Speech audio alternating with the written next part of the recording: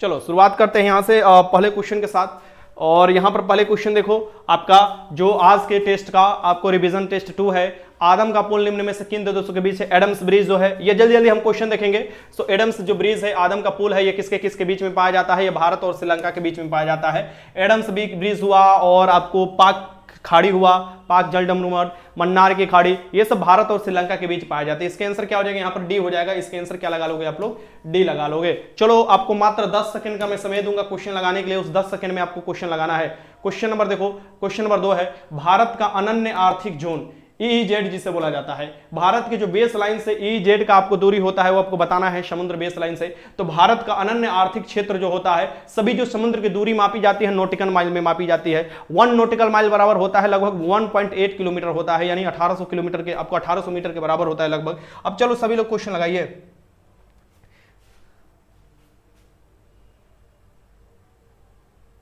चलो सभी लोग क्वेश्चन लगाओ, यहां पर सब लोग क्वेश्चन लगाओ, यहां पर ध्यान लगाना है क्वेश्चन से। भारत का अनन्य आर्थिक क्षेत्र जो विस्तृत है ये कौन सा है? तो ये 20 आपको जो 200 है, 200 नॉटिकल मील है, 200 समुद्री मील जो है अनन्य आर्थिक क्षेत्र कहलाता है। इसका आंसर क्या हो जाएगा? यहां पर आपको बी हो जाएगा, अनन्य आर्थिक क्षेत्र। आगे देखो क्वेश्चन नंबर 3 देख लो। कोई भी किसी का चोरी नहीं करेगा, अच्छे से अपने कॉपी किताब पर लगाएगा, ज्यादा बात ना करते हुए क्वेश्चन लगाते हैं। कर्क रेखा निम्नलिखित में से किस एक राज्य से नहीं गुजरती है? टोटल देखा जाए कर्क रेखा 8 राज्यों से गुजरती है। 23.5 डिग्री उत्तरी अक्षांश रेखा को कर्क रेखा बोला जाता है। और कर्क रेखा जो होता है ये राजस्थान, गुजरात, त्रिपुरा, मध्य प्रदेश, यहां से गुजरता है, पश्चिम बंगाल से, झारखंड से आप देखोगे गुजरता है, त्रिपुरा से भी गुजरता है, मिजोरम से भी गुजरता है, उड़ीसा से नहीं गुजरता है। इसका आंसर क्या हो जाएगा? यहां पर उड़ीसा दिया है, उड़ीसा से नहीं गुजरता है। आगे चलते हैं, क्वेश्चन देखते हैं। क्वेश्चन नंबर याद देखो 4 देखो, सर्वप्रथम इंडिया शब्द का प्रयोग भारत के लिए किसके द्वारा किया गया था? यानी कि किस भाषा में किया गया था, किसके द्वारा किया गया था? सर्वप्रथम इंडिया शब्द का प्रयोग भारत के लिए किस भाषा में किया गया था? इंडिया जो है इंडस नदी के किनारे होने के कारण ग्रीक भाषा इसे इंडिया कहने लगे, यानी ग्रीक भाषी कहते हैं, ग्रीक भाषी। याद रखिएगा, हिंदुस्तान जो बोले थे ये अरबी बोले थे, सबसे पहले हिंदुस्तान जो बोले थे अरबी बोले थे, अरब भाषी। इसके आंसर क्या हो जाएगा? यहाँ पर सी हो जाएगा। सभी लोग क्वेश्चन लगाएंगे, कोई दिक्कत नहीं है। क्वेश्चन नंबर 5, मरकत द्वीप किस नाम से प्रसिद्ध है? मरकत का द्वीप कहा जाता है मरकत द्वीप। मरकत द्वीप किसे कहा जाता था आपको बताना है। पहले मरकत का द्वीप कहा जाता था। सभी लोग क्वेश्चन लगाएंगे, कोई बात नहीं, अच्छे से बस क्वेश्चन 10 सेकंड का मैं समय दे रहा हूं क्वेश्चन पढ़ने में। मरकत द्वीप कहा जाता था अंडमान निकोबार द्वीप समूह को। और अंडमान निकोबार के बीच में कितना डिग्री चैनल पाया जाता है? 10 डिग्री चैनल पाया जाता है। इस बात को ध्यान में रखिएगा। इसका सबसे ऊंचा चोटी कौन है? सेंडल पीक है। और ये कहां पर मिलता है? यहां पर बंगाल की खाड़ी में मिलेगा, ये भी याद रखिएगा। आगे चलते हैं, यहां पर देखते हैं क्वेश्चन नंबर 6 देख लो। निम्नलिखित में से कौन सा भारत राज्य का म्यांमार के साथ सीमा नहीं बनाता है? भैया म्यांमार के साथ सबसे अधिक बड़ा सीमा कौन बनाता है? सबसे लंबा सीमा जो बनाता है म्यांमार के साथ, म्यांमार मतलब बर्मा। और म्यांमार का जो भारत से अलग हुआ था, म्यांमार कब हुआ था? 1937 में हुआ था। कौन सा एक्ट द्वारा हुआ था? 1935 के एक्ट द्वारा हुआ था। ये पहले आपको करा चुके हैं। तो ये बताना है आप लोगों को, निम्नलिखित में से कौन से भारतीय राज्य के म्यांमार के साथ सीमा नहीं स्थित है, नहीं सीमा बनाता है? भैया त्रिपुरा नहीं बनाता है। त्रिपुरा 3 तरफ से बांग्लादेश से घिरा हुआ राज्य है, ये त्रिपुरा नहीं बनाता है। बाकी नागालैंड, अरुणाचल प्रदेश, मणिपुर ये सब आपको बनाता है। इस बात को ध्यान में रखिएगा। सबसे अधिक लंबा सीमा बनाता है अरुणाचल प्रदेश आपको म्यांमार के साथ। क्वेश्चन आगे देखते हैं, क्वेश्चन 7 देख लो। पांडुचेरी केंद्र शासित प्रदेश क्षेत्र जो है निम्नलिखित में से कितने राज्यों में है? पांडुचेरी जो स्थित है ये कितने राज्यों में स्थित है? आपको बताना है। पांडुचेरी जो स्थित है कितने राज्यों में स्थित है? सो पांडुचेरी जो स्थित है, एक तो आप देखोगे केरल में स्थित है, एक आपको आंध्र प्रदेश में स्थित है, और आपको कहां पड़ता है? तमिलनाडु में पड़ता है। यानी कि 3 जगह पर आपको स्थित है। यानी पांडुचेरी जो राज्य है ये 3 जगह क्षेत्र इसका फैला हुआ है। पांडुचेरी का जो केंद्र शासित प्रदेश है वो 3 जगह में फैला हुआ है। इसका आंसर भी याद रखिएगा। इसका आंसर क्या हो जाएगा? डी हो जाएगा। क्वेश्चन नंबर 8 देख लो। मैकमोहन रेखा निम्नलिखित में से किन दो देशों के बीच में पाई जाती है? मैकमोहन जो रेखा पाया जाता है किस देशों के बीच में पाया जाता है आपको बताना है। तो मैकमोहन रेखा का निर्धारण कब किया गया था? ये 1914 में किया गया था। मैकमोहन रेखा का निर्धारण 1914 में किया गया था। किसके किसके बीच में? तो चाइना, चमगादड़ और भारत के बीच में किया गया था। यानी इसका आंसर क्या हो जाएगा? यहाँ पर डी हो जाएगा। चाइना के साथ हमारा युद्ध कब हुआ था? 1962 में हुआ था। इसे भी याद रखिएगा। मैकमोहन रेखा तो चाइना के साथ पाया जाता है। आप देखोगे पाकिस्तान के साथ कौन सा रेखा पाया जाता है? तो भारत पाकिस्तान के साथ आपको रेड क्लिफ रेखा पाया जाता है। अब पूछे थे कि भारत अफगानिस्तान के बीच, यानी अब पाकिस्तान हो चुका है, यानी पाक के बीच, यानी अफगानिस्तान और पाकिस्तान के बीच में कौन पाया जाता है? तो आप देखोगे डुरंड रेखा पाया जाता है। इसे भी याद रखिएगा। आगे चलते हैं, क्वेश्चन देखते हैं। इसका आंसर क्या हो जाएगा? डी हो जाएगा। आगे देखो क्वेश्चन नंबर 9 देख लो। संपूर्ण विश्व के क्षेत्रफल में भारत की भागीदारी लगभग कितनी है? संपूर्ण विश्व के क्षेत्रफल में भारत की भागीदारी बताना है कितनी हो जाएगी। यानी कि भारत देखा जाए जनसंख्या की दृष्टि से तब तो पहले स्थान पर आ चुका है। इतना तीव्र गति से हम लोग जनसंख्या बढ़ाए हैं कि पहले स्थान पर आ जाएगा। चाइना भी पीछे छूट गया है। लेकिन क्षेत्रफल के हिसाब से क्षेत्रफल तो सीमित है ना, तो सीमित होने के कारण देखोगे 2 पॉइंट कितना हो जाएगा? 40 ऑप्शन के अकॉर्डिंग देख लो। इतना आपको क्षेत्रफल फैला हुआ है। भारत जो होता है क्षेत्रफल के हिसाब से देखोगे 7वें स्थान पर आता है। इसे भी याद रखिए। भारत जो आता है क्षेत्रफल के हिसाब से 7वें स्थान पर आता है, और आपको देखोगे यानी कि जनसंख्या के हिसाब से पहले स्थान पर आता है। इसे भी याद रखिए। इसका आंसर क्या हो जाएगा? बी हो जाएगा। आगे चलते हैं। जनसंख्या यहां पर देखोगे लगभग 17.5% जनसंख्या निवास करता था। ठीक, और आपको क्षेत्रफल देखो 2.40। ये देखो क्वेश्चन नंबर 10 देखो, निम्नलिखित में से कौन सा देश भारतीय उपमहाद्वीप के अंतर्गत नहीं आता है। भारतीय उपमहाद्वीप के अंतर्गत कौन सा देश नहीं आता है आपको बताना है। भारतीय उपमहाद्वीप के अंतर्गत पाकिस्तान आ जाएगा, बांग्लादेश आ जाएगा, नेपाल आ जाएगा, भूटान आ जाएगा, बट श्रीलंका नहीं आता है। कौन सा नहीं आएगा? श्रीलंका नहीं आएगा। इसका आंसर क्या हो जाएगा यहाँ पर? ये आपको हो जाएगा डी हो जाएगा। 10 के आंसर क्या हो जाएगा यहाँ पर? डी हो जाएगा। थोड़ा हाथ जल्दी चलाओ, दिमाग भी जल्दी चलाओ, इतना समय जो दे रहा हूँ इतना समय काफी है। 10 से 12 सेकंड आप लोग के आंसर लगाने के लिए काफी है, क्योंकि रिवीजन का वीडियो है, रिवीजन टेस्ट है, तो आप लोगों को किसी का चीटिंग नहीं करना है, बस सही गलत लगाते चलना है। क्वेश्चन नंबर 11 जो बड़ा क्वेश्चन होगा मैं समय अपने आप ही दे दूंगा। ये क्वेश्चन बड़ा है। 9 डिग्री चैनल किन्हें अलग करता है? भैया 9 डिग्री चैनल किसके अलग करता है? दिमाग में धाय देने आना चाहिए। 9 डिग्री चैनल ही तो बात कर रहे हैं सर जी, लक्षद्वीप को और मिनिकॉय की बात कर रहे हैं ना, तो इसका आंसर क्या हो जाएगा यहाँ पर? लक्षद्वीप और मिनिकॉय को अलग करता है। ये कौन करता है? आपको लक्षद्वीप और मिनिकॉय को 9 डिग्री चैनल अलग करता है। इसके आंसर क्या हो जाएगा यहाँ पर? आपको सी हो जाएगा ना। क्वेश्चन 12 देख लो, निम्नलिखित में से कौन सा स्थान भारत में नहीं स्थित है? बताओ इसमें से कौन सा हो स्थान जो है ये भारत में नहीं स्थित है। तुम लोग का तनिक आंसर देख लूं बबुआ, तुम लोग का तनिक आंसर देख लो बबुआ, क्या लगा रहे हो तुम लोग? अनहरिया नहीं ना तुक्का लगाते चल रहे हो। चलो बताओ इसका आंसर बताओ। अरे तुम लोग वो राजा हो जंगल का जिसके आगे शेर भी नतमस्तक हो जाता है। अरे तुम लोग आगे पूरा एकदम दुनिया कांपेगा भैया। कहोगे सर जी कांस्टेबल के जॉब की तैयारी कर रहे हैं, इतना बढ़ा चढ़ा कर बता रहे हैं कि दुनिया कांपेगी, एगो बंदूक मिलेगा, बंदूकों छूटेगा कि ना छूटेगा कोई नहीं जानता है। चलो क्वेश्चन का आंसर लगाओ। क्वेश्चन नंबर 12 का आंसर बहुत अच्छा। ये जो है ये कहाँ पाया जाता है? आपको पॉइंट पेड्रो जो पाया जाता है, पेड्रो ये श्रीलंका में पाया जाता है। ये कहाँ पाया जाता है? श्रीलंका में पाया जाता है। बाकी ये देखोगे ये इंडिया का होगा। इसका आंसर पूछ रहा था कौन नहीं है, तो ये हो जाएगा, इसका आंसर डी हो जाएगा। क्वेश्चन नंबर 13 देखो, भारत के किस प्रदेश की सीमा 3 देशों के साथ क्रमशः लगती है? यह बताना है कि भारत राज्य की कौन सी सीमा जो लगती है 3 देशों के साथ लगती है। वो कौन कौन है? नेपाल, भूटान और चीन। एक तरफ देखोगे यहाँ पर आपको नेपाल आ जाएगा, ऐसे आपको भूटान आ जाएगा, और ऊपर की तरफ चीन आ जाएगा, और बीच में एक छोटा सा राज्य स्थित है जिसका नाम है सिक्किम। तो यहां पर देख लो ये कौन सा हो गया? सिक्किम हो गया। ये सिक्किम है, ठीक ना? कितना मस्त बन गया हो। ये सिक्किम है, आपको देखना है ये सिक्किम कहां पर है। तो ये ऊपर चीन हो गया, इधर आपको क्या हो जाएगा? नेपाल हो जाएगा, इधर जो हो जाएगा भूटान हो जाएगा, और इधर इंडिया अपना तो मतलब इंडिया का ही राज्य है। तो ये क्या हो जाएगा? ये इसका नाम हो जाएगा। इसका आंसर क्या हो जाएगा? यहाँ पर डी हो जाएगा, सिक्किम हो जाएगा। चलो आगे चलते हैं। यहाँ पर देखो क्वेश्चन नंबर डी हो जाएगा। क्वेश्चन नंबर 14 देख लो, दिल्ली राजधानी है। ये गलती हो गया। यहाँ पर ये वाला ये कौन मतलब की बनता है? ये वाला हटा दो। रुक जाओ। ई ऑप्शन भी ले लो भैया, ऐसे कैसे चलेगा? ऐसे मजा ना आएगा। भारत भी है। अब लगाओ क्वेश्चन तुम लोग, अब लगाओ क्वेश्चन। ये बताओ ये किसकी राजधानी है? दिल्ली किसकी राजधानी है? बताओ दिल्ली किसकी राजधानी है? दिल्ली जो राजधानी है किसकी है बताओ? तो लगाओ क्वेश्चन आंसर। अनु मौर्य फंस गई। देखो जैसे ही सुधार किया अनु मौर्य, नीतीश कुमार, ये सब बबुआ लोग फंस गए। ये देखो सीपू सी भी फंस गई। ये देखो। अरे फंसो मत भैया। दिल्ली जो है ये पूर्वी तिमोर की राजधानी है। किसकी है? पूर्वी तिमोर। तुम्हारा जो राजधानी है ना वो दिल्ली है। ये कौन है भैया? छोटका ये गोला आएगा, यहाँ पर दिल्ली हो जाएगा। ये तुम्हारी राजधानी है, नहीं दिल्ली भारत की राजधानी, ठीक ना? ये जो दिल्ली है, दिल्ली जो राजधानी है ये पूर्वी तिमोर की राजधानी है, इसे भी याद रखिएगा। आगे चलते हैं, इसका आंसर क्या हो जाएगा? यहाँ पर बी हो जाएगा। आगे देखो क्वेश्चन नंबर यहाँ पर देखो 15 देखो, भारत का दक्षिणतम बिंदु कहाँ है? भारत का दक्षिणतम बिंदु का नाम बताना है। भारत का दक्षिणतम बिंदु कौन सा है? लगाइए क्वेश्चन। सो भारत का दक्षिणतम बिंदु का नाम बताना है। भारत के दक्षिणतम बिंदु कहां से है? तो ये देखोगे आपको कौन पड़ता है? इंदिरा पॉइंट पड़ता है ना, तो बड़ा निकोबार में पड़ता है। कहां पर? अंडमान निकोबार के बड़ा निकोबार में आपको देखने को मिलता है। इसका आंसर क्या हो जाएगा? यहां पर आपका बी हो जाएगा, बी। आगे चलते हैं, क्वेश्चन नंबर 16 देख लो, निम्नलिखित में से किसे भारतीय राज्य के साथ साझी अंतरराष्ट्रीय सीमा नहीं है? ये क्या बोल रहा है भैया? देख लो आंसर। क्वेश्चन पहले देखो, निम्नलिखित में से किस भारतीय राज्य के बांग्लादेश के साथ साझी अंतरराष्ट्रीय सीमा नहीं है? भैया बांग्लादेश के साथ कौन सी सीमा नहीं बनाता है? सब बांग्लादेश के साथ कौन सी सीमा नहीं बनाएगा? असम बनाएगा, त्रिपुरा बनाएगा, पश्चिम बंगाल बनाएगा, और मणिपुर नहीं बनाएगा ना भैया।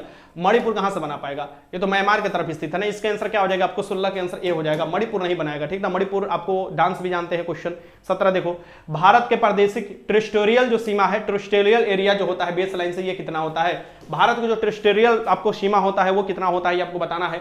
5 समुद्री मील होता है, 12 समुद्री मील होता है, 15 समुद्री मील होता है, 2 समुद्री मील होता है, तो 12 नॉटिकल मील होता है। ये देखोगे 12 समुद्री मील होता है, आपको याद रखिएगा। ये कौन सा होता है? तो टेरिटोरियल आपको जो सी आपको एरिया होता है। इसका भी आंसर क्या हो जाएगा? यहाँ पर बी हो जाएगा। आगे देखो क्वेश्चन 18, निम्नलिखित में से किस तट से भारत का औसतन समुद्री तल मापा जाता है?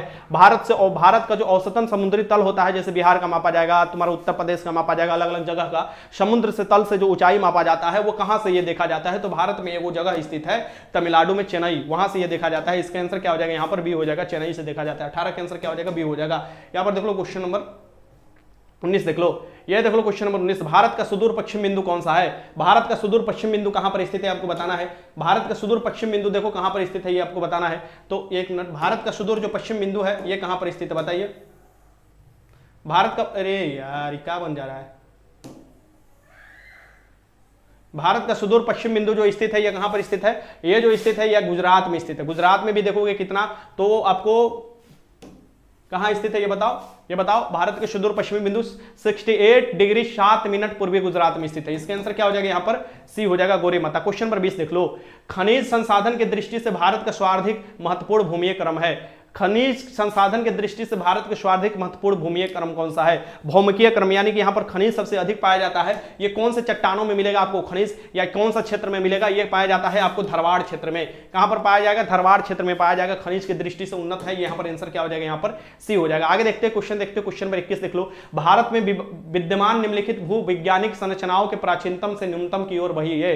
प्राचीनतम से न्यूनतम की ओर, सबसे प्राचीन होगा, उसके बाद नया, उसके बाद नया, उसके बाद नया, उसके बाद नया, उसके बाद नया। देखो आंसर लगाओ, इसके आंसर क्या होगा? तुम लोगों को समय दे देता हूं भाई, इस क्वेश्चन में तो समय देना ही पड़ेगा ना। इस क्वेश्चन में समय तुम लोगों को देना पड़ेगा क्योंकि ये थोड़ा मतलब लंबा क्वेश्चन है, अच्छा क्वेश्चन है। लगाओ क्वेश्चन।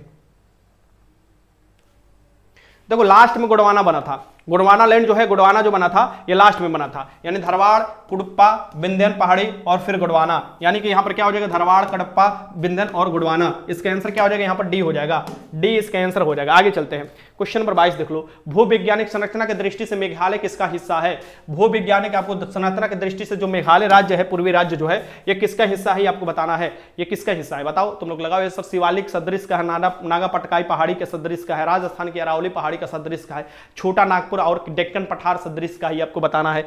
ये बताइए इसका आंसर क्या हो जाएगा? बहुत ही अच्छा, बहुत अच्छा। बबुआ लोग तुम लोग कमाल कर देते हो, कभी कभी फाड़ के रुमाल बना देते हो। चलो ये देखो चंद्रमंडल का लगा रहा है, क्या लगा रहा है जी? 22 के आंसर बी लगा रहा है, चंद्रमंडल। देखो चंद्रमंडल बी लगाया, और देखो स्नेहा तिवारी ये लगा रही है, शिपू सी बी लगा रही है। क्या बात है, क्या बात है। तुम लोग को नोबेल प्राइज मिलेगा, अगली बार तुम लोग को नामित करेंगे नोबेल प्राइज में, ठीक ना।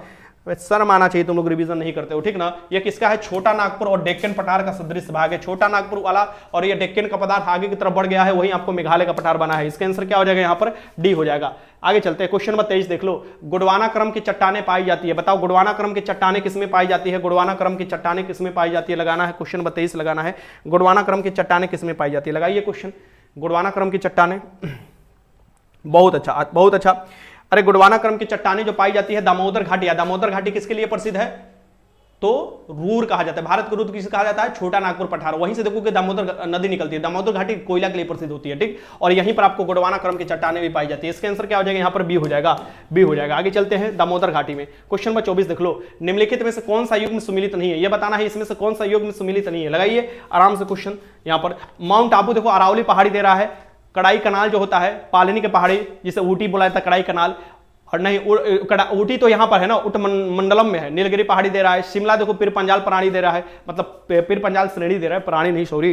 यहां पर बताओ ये कौन सी इसमें सम्मिलित नहीं है?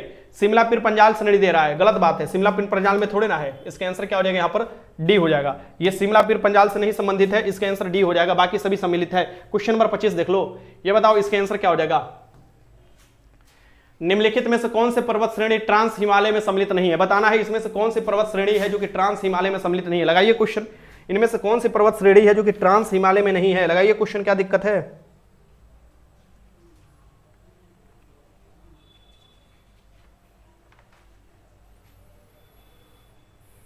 बहुत अच्छा,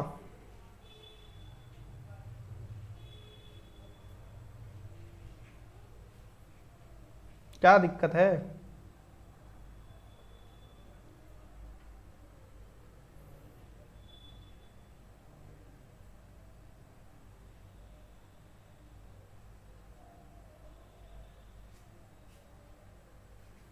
शिमला जो होगा ना धौलाधर होगा भैया, तुम लोग ऊपर वाला जो क्वेश्चन कराए थे वो धौलाधर श्रेणी के अंतर्गत आता है, पीर पंजाल नहीं। निम्नलिखित में से कौन सी श्रेणी ट्रांस हिमालय में सम्मिलित नहीं है? भैया सबसे निचला हो जाएगा, ट्रांस तो सबसे ऊपर हो गया ना, ट्रांस तो सबसे ऊपर हो गया ना भैया, फिर बृहद हिमालय आता है, तो सबसे निचला वाला जल हो गया ये शिवालिक हो जाता है। शिवालिक नहीं हिस्सा है, बाकी ट्रांस हिमालय के देखो हिस्सा में कौन कौन आ जाएगा, लद्दाख आपको आ जाएगा, जास्कर आ जाएगा, पीर पंजाल आ जाएगा। क्वेश्चन नंबर 26 लगाना है आप लोगों को। सहाद्री निम्नलिखित में से किस प्रकार के पर्वत का उदाहरण है? सहाद्री किसे बोला जाता है, पहले दिमाग में तुम लोग सोच लो, ठीक ना। सहाद्री बोला किसे जाता है, तो सहाद्री बोला जाता है तुम लोग को पश्चिमी घाट को। तुम लोग का पश्चिमी घाट जो होता है सहाद्री होता है। अब सहाद्री जो होता है ये कौन सा पर्वत होता है, ये वनसोत पर्वत है। कौन सा पर्वत है? वनसोत पर्वत है। आपको ब्लॉक पर्वत है, इसके आंसर क्या हो जाएगा यहाँ पर आपको, इसका बलित पर्वत भी हो जाता है एक प्रकार का। लेकिन सहाद्री निम्नलिखित में से किस प्रकार के पर्वत को उदाहरण है, यहाँ पर देखोगे वनसोत पर्वत को उदाहरण है, ए इसका आंसर हो जाएगा। आगे देखो क्वेश्चन नंबर 27 देखो, छोटा नागपुर पठार के सबसे ऊंची चोटी कौन सी है? छोटा नागपुर पठार जो झारखंड वाला मुख्यतः उड़ीसा वाला क्षेत्र में देखोगे मिलेगा, वो सब जो उसका विस्तृत क्षेत्र फैला हुआ है, छत्तीसगढ़ में भी आपको कुछ क्षेत्र। तो छोटा नागपुर पठार के सबसे ऊंचा जो चोटी पड़ता है ये कौन सा पड़ता है? पारसनाथ पड़ता है।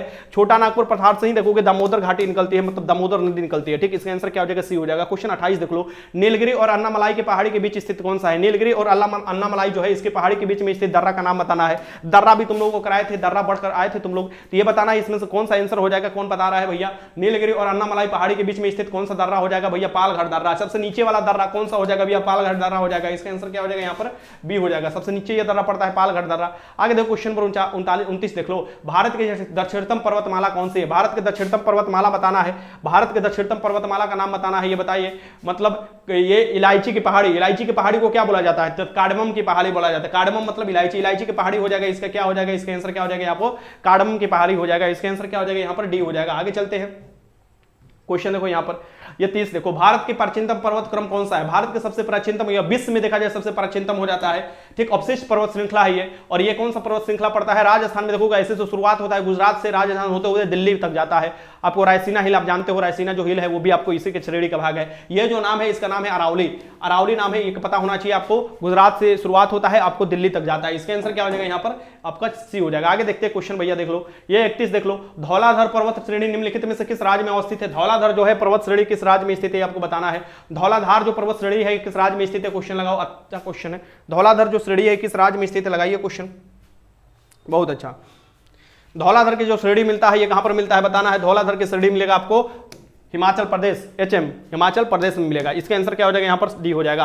आगे देखो क्वेश्चन नंबर 32 देख लो, निम्न में से कौन सा उत्तर से दक्षिण की ओर सही क्रम है? उत्तर से दक्षिण की ओर सही क्रम है, देखते हैं बबुआ कौन लोग सही लगाता है। इत्मीनान से लगाओ, समय दे दिए हैं 10 से 15 मिनट तुम लोग के पास समय है। क्वेश्चन पढ़ो बढ़िया से, इसका आंसर लगाओ। उत्तर से दक्षिण की ओर आपको लगाना है बढ़िया से, ठीक ना। सबसे उत्तर में कौन होगा, उसके बाद सबसे दक्षिण में कौन होगा? सबसे उत्तर में आपको आएगा ऑप्शन के अकॉर्डिंग, चलो ऑप्शन के अकॉर्डिंग चलोगे तो चलो देखो, विंध्याचल के बाद सतपुड़ा आता है, नीलगिरी आता है, ताप्ती आता है। भैया ताप्ती कहां से आएगा? ये तो सबसे पहले काम खत्म हो गया ऊपरे वाला का, ठीक है। फिर आप देखो विंध्याचल आता है, नर्मदा आता है, सतपुड़ा आता है, तब एकदम सही है। विंध्याचल के बाद नर्मदा आएगा, नर्मदा के बाद सतपुड़ा आएगा, सतपुड़ा के बाद ताप्ती आ जाएगा। यानी उत्तर से लेकर दक्षिण की ओर सजाएंगे तो इसका आंसर बी ही निकल कर आ जाएगा। डायरेक्ट यहाँ पर बी लगाएंगे और आगे की तरफ बढ़ जाएंगे। आगे चलते हैं, यहाँ देखो क्वेश्चन देखो, ये देखो क्वेश्चन 33 है, उत्तरांचल हिमालय में सर्वोच्च पर्वत शिखर कौन सा है? उत्तरांचल माने उत्तराखंड की बात कर रहा है। जब ये आपको उत्तर प्रदेश से 2000 में अलग हुआ था तो इसका नाम उत्तरांचल था, उत्तरांचल था, अब इसका नाम है उत्तराखंड। तो उत्तराखंड जो है ये आपको बताना है इसका सर्वोच्च शिखर कौन सा है। तो ये सर्वोच्च शिखर जो पड़ता है उत्तराखंड में, ये पड़ते हैं नंदा देवी के शिखर। नंदा देवी के शिखर जो है उत्तराखंड में स्थित है और ये उत्तराखंड का सबसे सर्वोच्च शिखर है। इसका आंसर क्या हो जाएगा? सी हो जाएगा। क्वेश्चन 34 देखो, निम्नलिखित में से उत्तर से दक्षिण की ओर सही क्रम कौन सा है? निम्नलिखित में से उत्तर से फिर दे रहा है कि उत्तर से दक्षिण की ओर सही क्रम कौन सा है। अभी मैंने कुछ देर पहले आपको बताया होगा, अगर आप लोग पढ़े होंगे तो आराम से लगा देंगे ये क्वेश्चन, ठीक ना। उत्तर से दक्षिण की ओर आपको बताना है ये कौन सा हो जाएगा। लगाइए क्वेश्चन। सबसे पहले तुमको क्या होता है बताओ, ठीक। तो ये हो जाएगा थाल घाट आएगा, भोर घाट आएगा, पाल घाट आएगा, यानी पाल घाट सबसे नीचे रहेगा। इसके आंसर क्या हो जाएगा यहाँ पर? आंसर हो जाएगा ए। इसका आंसर क्या हो जाएगा? उत्तर में सबसे थाल घाट आएगा, सबसे बाद होगा भोर घाट और सबसे नीचे में आपको आ जाता है पाल घाट दर्रा। ये सब दर्रा है। आगे देखते हैं क्वेश्चन नंबर यहाँ पर 35 देख लो, केटू गार्डविन ऑस्टिन किस पर्वत श्रेणी के पर्वत का आपको चोटी है? यानी केटिन जो आपको केटू को बोला जाता है, आपको गार्डविन ऑस्टिन, केटू को क्या बोला जाता है? गार्डविन ऑस्टिन बोला जाता है। और ये आपको पीयूके वाला क्षेत्र में देखने को मिलता है, पाकिस्तान ऑक्युपाइड क्षेत्र में मिलता है देखने को। भारत का सबसे ऊंची चोटी होता है ये। और ये कौन सी श्रेणी का भाग है ये आपको बताना है। हिमालय है, काराकोरम है, जास्कर है, पीर पंजाल है। तो ये तो हिमालय का भाग है नहीं, बताओ किसका भाग है? बताओ, इसका आंसर लगाओ। बहुत ही अच्छा, ये किसका भाग है? काराकोरम। काराकोरम को क्या बोला जाता है? हिमालय के रीढ़ बोला जाता है। इसे भी याद रखिएगा, काराकोरम का भाग है। इसका आंसर क्या हो जाएगा? बी हो जाएगा। आगे देखते हैं क्वेश्चन नंबर 36 देख लो, पूर्वी घाट और पश्चिमी घाट को जोड़ने वाली पहाड़ी को क्या नाम है? पूर्वी घाट आकर मिलता है, जहां पर पश्चिमी घाट आकर मिलता है वहां पर देखोगे आपको चंदन की लकड़ी भी मिलता है। चंदन की लकड़ी मिलता है भैया, चंदन की लकड़ी, चंदन को पाया जाएगा यहाँ पर। देखो ये हो गया चंदन, ये जो चंदन मिलेगा ये कहां पर मिलेगा बताओ? आज एकदम चंदन को स्मार्ट बना रहे हैं, ठीक ना।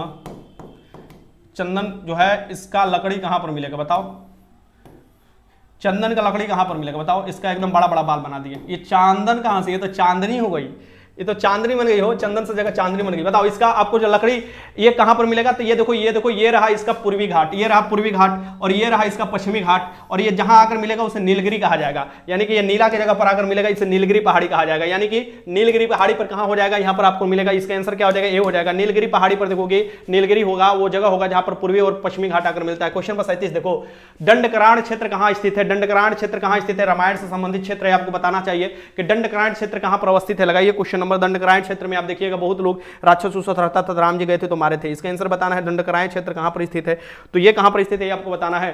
तो दंडकारण्य क्षेत्र का आपको देखो कि कहां मिलता है, छत्तीसगढ़ उड़ीसा वाला क्षेत्र में मिलेगा, दोनों क्षेत्र में आपको मिलेगा। दंडकारण्य का जंगल भी बहुत विस्तृत है, ठीक नहीं। इसका आंसर क्या हो जाएगा, बी हो जाएगा। आगे देखते हैं क्वेश्चन नंबर 38 देख लो, मीकिर पहाड़ी किस राज्य में विस्तृत है, आपको बताना है। मीकिर की पहाड़ी किस राज्य में स्थित है, लगाइए क्वेश्चन। मीकिर की पहाड़ी किस राज्य में स्थित है, मेघालय में है, सिक्किम में है, असम में है, झारखंड में है। इतना आसान क्वेश्चन है, हलवा क्वेश्चन है, आराम से लगा दो, एलिमिनेट करो। ये कहां पर स्थित है, ये असम में स्थित है। गारो खासी जो है, ये जो आपको जयंतिया ये कीपनुमा पहाड़ी जो मिलता है वो मेघालय में मिलता है, ये जो हो जाएगा असम में मिलेगा मीकिर की पहाड़ी। आगे देखते हैं क्वेश्चन यहां पर देखो 39 देखो, भारत के पश्चिमी तटीय मैदान के उत्तरी भाग को क्या कहा जाता है, बताओ। ये जो आपका क्वेश्चन देता है कि भारत के पश्चिमी तटीय मैदान, यानी कि भारत दे रहा है तो भारत के पश्चिमी तटीय मैदान जो होता है अलग अलग भागों में डिवाइड कर दिया गया है, पूर्वी तटीय मैदान को भी भाग में डिवाइड कर दिया गया है। अब ये देखोगे भारत के पश्चिमी तटीय मैदान को उत्तरी भाग को क्या कहा जाता है, उत्तरी भाग को जो कहा जाता है ये कहा जाता है आपको कोकर तट। उत्तरी भाग को कोकर तट होता है, मलाबार तट आता है फिर आप देखोगे तो, और ये जो हो जाएगा ये आपको पूरा सहादरी के तट कहलाता है। कोरोमंडल तट जो होता है या फिर कर्नाटक तट भी आता है, आपको मलाबार तट भी आता है, मलाबार एक्सरसाइज भी होता है। कोरोमंडल तट पूर्वी वाला होता है, आपको उत्तरी सरकार आपको उड़ीसा के समीप आपको मिलेगा देखने को। इसका आंसर क्या हो जाएगा, यहाँ पर सी हो जाएगा, सी आपको लगा लीजिएगा, कोकर तट इसे कहा जाता है, सी। आगे देखिए क्वेश्चन नंबर 40 देख लीजिए, भारत के सर्वाधिक आबादी वाला द्वीप कौन सा है, भारत में सबसे आबादी वाला द्वीप कौन सा है, तो भारत के सबसे आबादी वाला शहर कौन सा पड़ जाता है, आपको देखोगे महाराष्ट्र के मुंबई पड़ता है, जो कि सपनों का शहर है। पता नहीं क्यों लोग बोलते हैं सपनों का शहर, उतना भीड़ होने के बावजूद भी, काहे कि हीरो हीरोइन है ना वो सब नचनिया वहीं पर सब स्थित है। ये देखो भारत के सर्वाधिक जो आबादी वाला द्वीप है ये कौन सा है, माजुली है, अंडमान है, लक्षद्वीप है, सालसेट जो द्वीप है इसी पर बंबई आपको स्थित है। इसका आंसर क्या आंसर हो जाएगा, यहाँ पर डी हो जाएगा। अच्छा बंबई को क्या बोला जाता है, भारत की आर्थिक राजधानी बोला जाता है। माजुली जो है ये आपको देखोगे द्वीप है जो कि असम में स्थित है, ब्रह्मपुत्र नदी द्वारा बनाया हुआ द्वीप है। इसका आंसर क्या हो जाएगा, डी हो जाएगा। तो पूछे कि नदी द्वारा बनाया हुआ सबसे बड़ा द्वीप कौन सा हो जाएगा, माजुली हो जाएगा। पूछे कि सबसे ज्यादा आबादी वाला कौन सा द्वीप हो जाएगा, सालसेट द्वीप होगा, मुंबई वाला। ठीक, आगे देखते हैं क्वेश्चन नंबर 41, निम्न में से कौन सा भौगोलिक रूप से निकोबार के सबसे निकट है, यह बताना है। इसमें से निकोबार के सबसे निकट कौन सा है, कौन सा देश का आपको भाग है कि जो निकोबार के सबसे निकट स्थित है। लगाओ कुछ क्वेश्चन, ये आंसर लगाओ, 41 का आंसर लगाओ। ठीक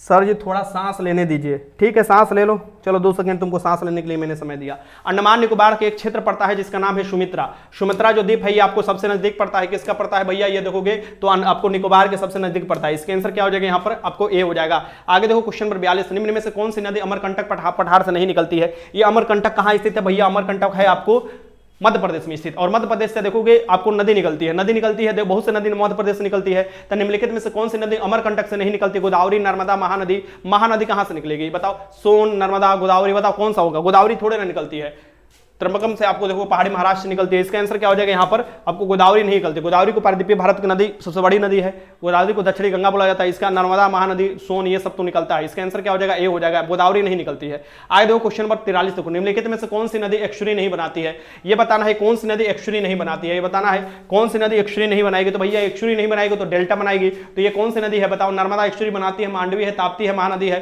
और बेसिक सी बात है, महानदी जो होता है बंगाल की खाड़ी में जाकर गिरता है, और महानदी जो बनाती है ये आपको डेल्टा बनाती है, एक्चुअली नहीं बनाती है। बाकी मांडवी हुआ, आपको ताप्ती हुआ, ये सब जो हो गया ये सब आपको एक्चुअली बनाती है। इसका आंसर डी हो जाएगा। आगे देखो क्वेश्चन नंबर 44 देखो, निम्नलिखित में से किसे क्रेटर निर्मित झील कहा जाता है। क्रेटर निर्मित झील कहा जाता है, बताना है। क्रेटर जो होता है ज्वालामुखी वाला भाग होता है, ठीक ना। तो निम्नलिखित में से कौन सा क्रेटर निर्मित झील है आपको बताना है। लोनार है, रुडल्फ है, डल है, अरब सागर की झील है, यह बताना है। क्वेश्चन नंबर 44 के आंसर बताओ।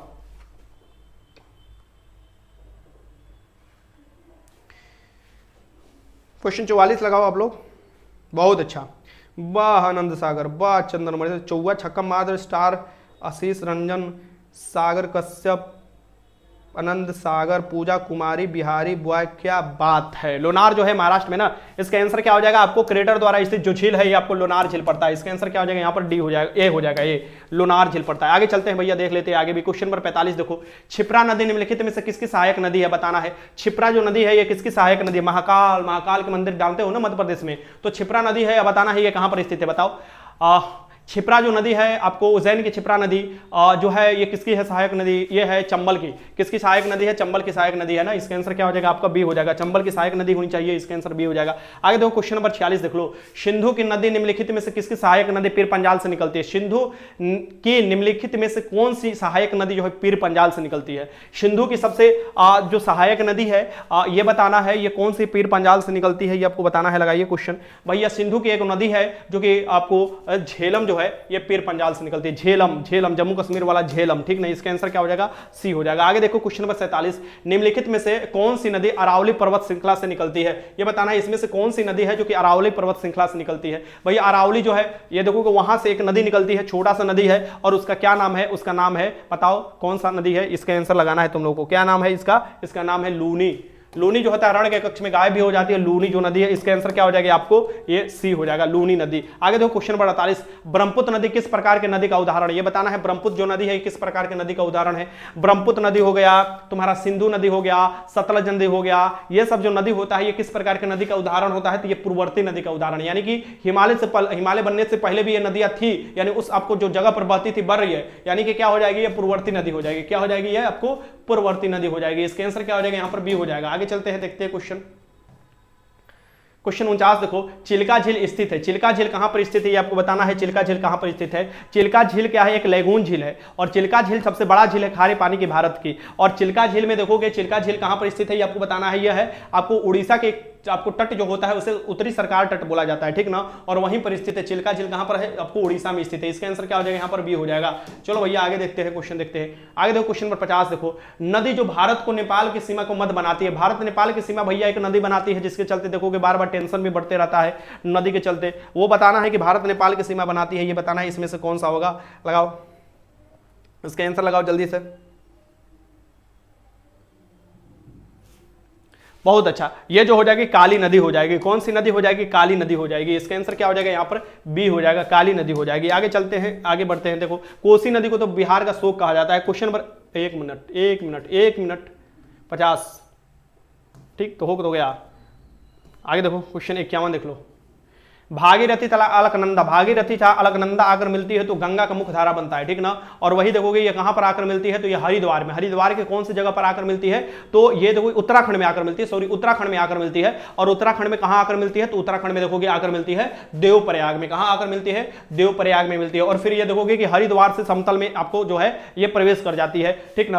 यहाँ पर प्रयागराज में इसमें आकर यमुना नदी मिल जाता है, यानी इलाहाबाद में देखोगे, तो इसका आंसर क्या हो जाएगा, यहाँ पर ए हो जाएगा, देवप्रयाग। क्वेश्चन नंबर 52 देख लो, जोग प्रपात किस नदी से संबंधित है। जो है जोग और सप्पा जो प्रपात है ये किस नदी पर मिलता है, देखने को। जोग और सप्पा जो प्रपात है बड़ा प्रपात है, और ये देखोगे आपको कहां पर मिलता है, कर्नाटक में मिलता है देखने को लिए। और ये कौन सी नदी हो जाएगी, यहां पर शरावती नदी हो जाएगी। शरावती जो नदी है इस पर आपको जोग और सप्पा प्रपात मिलता है। इसका आंसर क्या हो जाएगा, यहां पर सी हो जाएगा। आगे देखते हैं क्वेश्चन, देखो यहां पर क्वेश्चन देखो भैया, यहां पर 53 देख लो, तावा नदी किसकी सहायक नदी है।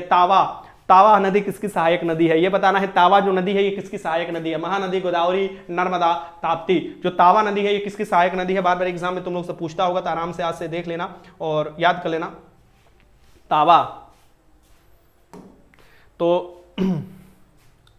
ना तुम लोग बोलते हो अरे मर्द नहीं ना, मम्मी बड़ी तावा मर ले भैया, तावा बेलना छुलनी से मर ले भैया, बड़ी गलती करते नहीं। यानी कि अरे मर्द का नर्मदा ये जो होगा नर्मदा नदी हो जाएगा, ये तावा नदी हो जाएगा, ठीक ना मरवा तो बड़ी तावा से मरेगा। यानी तावा नदी जो हो जाएगा किसी सहायक नदी हो जाएगा, नर्मदा के सहायक नदी हो जाएगा। इसका आंसर क्या हो जाएगा, सी हो जाएगा। क्वेश्चन नंबर 54 देख लो, निम्नलिखित में से प्लाया झील का उदाहरण है। इसमें से बताना है कि प्लाया झील के कौन से उदाहरण है। इसमें से बताना है कि कौन से प्लाया झील के उदाहरण लगाइए क्वेश्चन, इसमें से कौन सा हो जाएगा प्लाया झील का उदाहरण हो जाएगा। क्वेश्चन नंबर 54 आपको लगाना है, ठीक ना।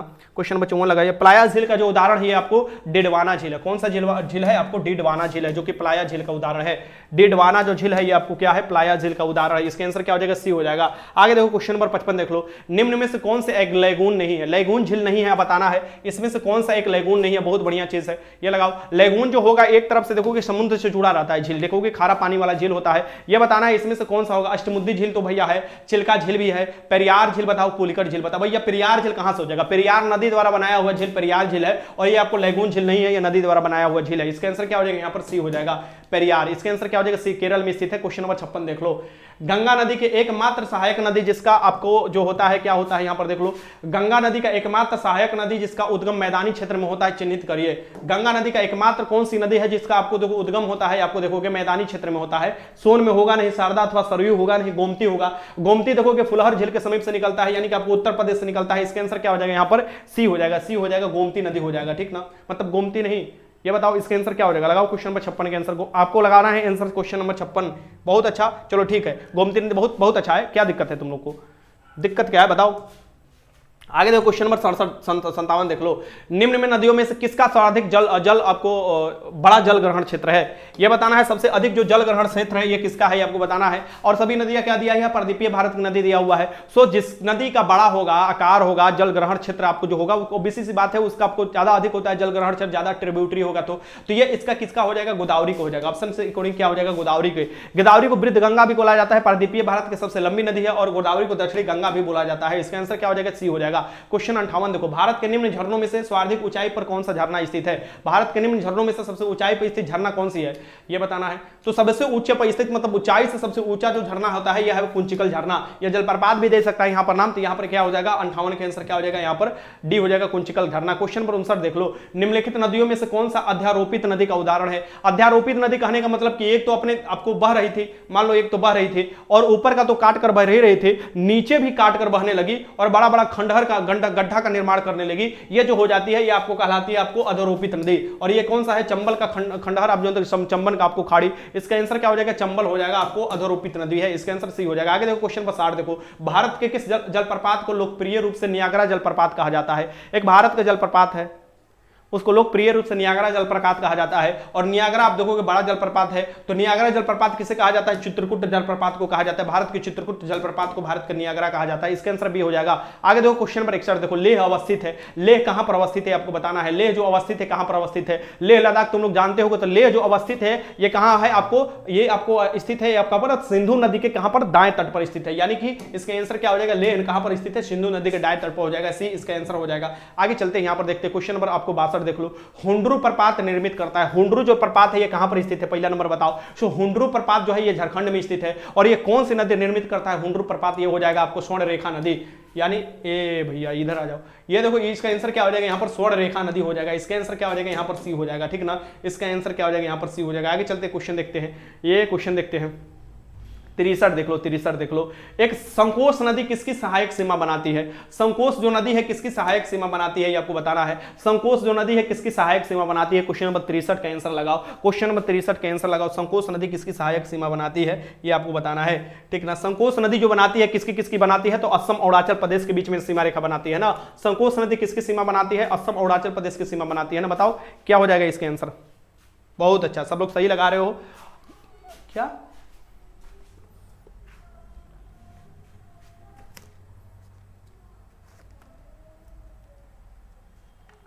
सौ को क्वेश्चन है, क्या दिक्कत है।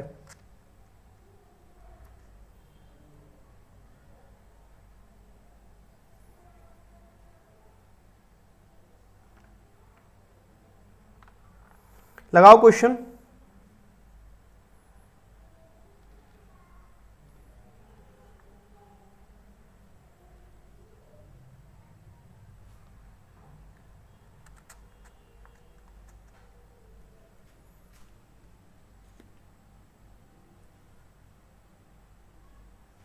क्या इसका आंसर होगा, इसका आंसर फिर से तुम लोग बदलो। तो संकोच नदी कहां पर होता है बताओ, सर्च करो थोड़ा तो, संकोच नदी कहां पर सीमा बनाएगा। मोबाइल रखे हो ना तुम लोग, संकोच नदी में तुम लोग का बताओ कहां पर बनाएगा, बताओ किसके बीच बनाएगा, बताओ संकोच नदी किसके किसके बीच में सीमा बनाता है। क्वेश्चन लगाओ, इसका आंसर लगाओ, भागो नहीं बचकर। संकोच किसके किसके, ये तेरा सुपरस्टार मेरा सब गलत है, ये किसके बीच में बताएगा बताओ। सीपू सी होगा एकदम सही। बताओ चंदन मंडल सर्च कर बताओ। तुम लोग जल्दीबाजी में क्या कर रहे हो कि गलती भी निकल जा रहे हो कर, ठीक ना, यानी कि तुम लोग देखा देखी क्या लगा रहे हो। बताओ इसका आंसर बताओ, संकोच नदी किसके बीच में बनाती है। तुम्हारा क्वेश्चन है, मैं थोड़ा पानी उनी पी लेता हूं, ठीक, बड़ी ज्यादा गर्मी हो गया भैया।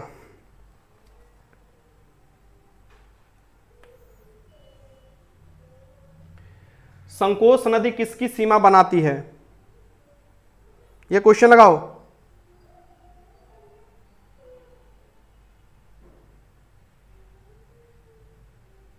चलो ठीक है, ठीक है, बी हो जाएगा। आगे चलो, सुधार करने के चक्कर में चले हो तुम लोग। भारत के निम्न झीलों में से कौन सा असम में आपको अवस्थित है, ये बताना है। इसमें से बताओ भारत के कौन सा झील आपको असम में स्थित है, लगाइए क्वेश्चन। भारत के कौन सा झील है जो कि असम में स्थित है, ये बताओ। भारत के निम्न झीलों में से कौन से असम में अवस्थित है। तुरंत बोले तुम लोग को सुधारने के लिए, तुरंत सुधारने शुरू कर दिए क्या, मतलब अपने मन से लगा लोगे जी, अपने मन से लगा लोगे। असम और अरुणाचल प्रदेश में ये तो हो जाएगा ना। संकोच नदी कहां से निकलती है, भूटान से निकलती है, कहां से लगाएगी, अब आराम से लगा ले लो तुम लोग क्वेश्चन। भारत निम्न झीलों में से कौन से असम में स्थित है। भारत के निम्न झीलों में से देखोगे एक झील पड़ता है, जो कि कौन सा झील है आपको बताना है कि जो असम में स्थित है। लगाइए क्वेश्चन नंबर 64, बहुत ही अच्छा। ये कौन हो जाएगा, चपना, ये चपनाला जो झील है ये आपको मिलेगा, आपको असम में मिलेगा। इसका आंसर क्या हो जाएगा आपको 64 के आंसर डी हो जाएगा ना। आगे देखो क्वेश्चन नंबर 65 देख लो। निम्न नहरों में से किसे दामोदर नदी से निकाला गया है। दामोदर नदी से कौन सा नहर निकाला गया, संकोच नदी,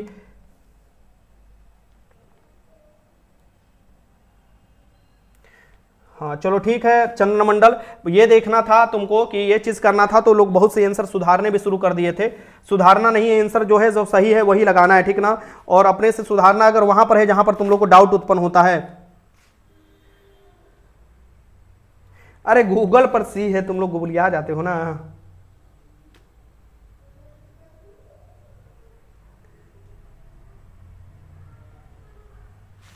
क्या पूछ रहे हो सर, गूगल पर सी है अरे गूगल पर किस पर, गूगल पर सी है हमको ना समझ में। तो गूगल में वेबसाइट भी होता है ना, गूगल में वेबसाइट भी होता है, कौन कौन से वेबसाइट से तुम सर्च कर रहे हो, ठीक।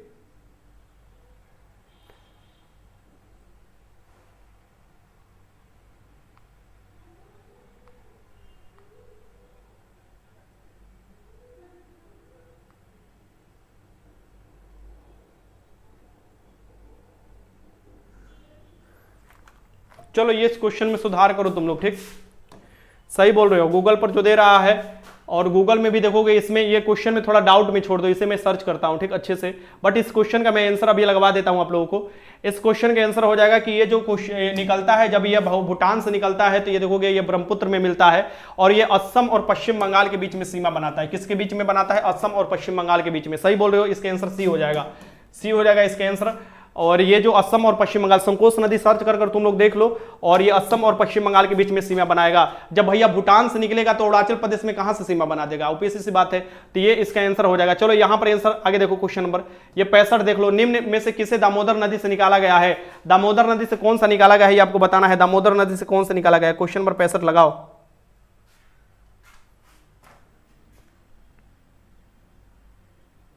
हाँ हम समझ गए।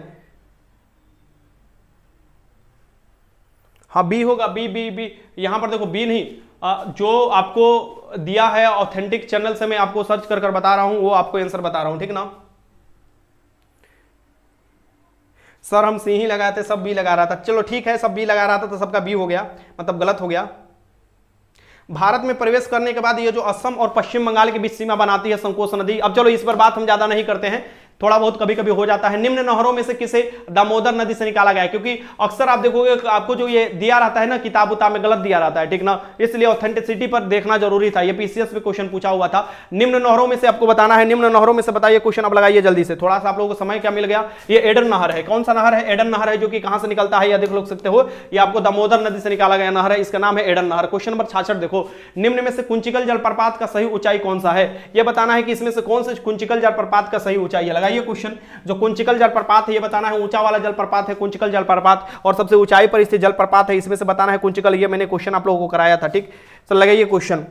असम अरुणाचल प्रदेश में नोट्स संकोच नदी भूटान से निकलती है, असम में यह नदी ब्रह्मपुत्र में सम्मिलित हो जाती है। नदी असम अरुणाचल प्रदेश की प्रवेश सीमा का निर्माण करता है। स्टडी मोड के डेंजर बाय, स्टडी मोड के डेंजर बाय, ये क्वेश्चन हम देख लेंगे और ये क्वेश्चन देखकर ही आप लोगों को बता देंगे, स्क्रीनशॉट डाल देंगे। लेकिन अभी जो देखा गया है अकॉर्डिंग टू गूगल ही मैंने भी बता रहा हूं आप लोगों को, गूगल के सर्च करने के बाद दृष्टि वाला मैंने सर्च किया और उसमें दृष्टि में दिखा हुआ है कि असम और आपको इसके बीच में बनाती है पश्चिम बंगाल। निम्न में से किस कुंचिकल जलप्रपात का सही ऊंचाई कौन सी है? कुंचिकल जलप्रपात देखो सबसे ऊंचा जलप्रपात है और इसकी सही ऊंचाई जो हो जाएगा 455 मीटर हो जाएगा। सबसे ऊंचा जो बताता है कुंचिकल जलप्रपात होता है। क्वेश्चन आगे देखो 67 देखो, भारत के निम्नलिखित नदियों में से किसे जैविक मरुस्थल कहा जाता है? ये बताना है, भारत के निम्नलिखित नदियों में से किसे जैविक मरुस्थल कहा जाता है। लगाइए क्वेश्चन। तो भारत के निम्नलिखित आपको बहुत ज्यादा मरुस्थल था, इसमें मतलब बहुत ज्यादा ये प्रदूषित नदी था और इसे कहा जाता है दामोदर नदी को। दामोदर नदी को भारत में आपको क्या बोला जाता है? देख लो यहाँ पर आंसर कि जैविक मरुस्थल भी कहा जाता है। इसका आंसर बी हो जाएगा। आगे देखो क्वेश्चन नंबर 68 देख लो, बांग्लादेश में प्रवेश करने के बाद गंगा नदी को निम्नलिखित में से किस नाम से जाना जाता है? बांग्लादेश में प्रवेश करने के बाद गंगा को नदी को किस नाम से जाना जाता है? आपको बताना है। लगाइए क्वेश्चन।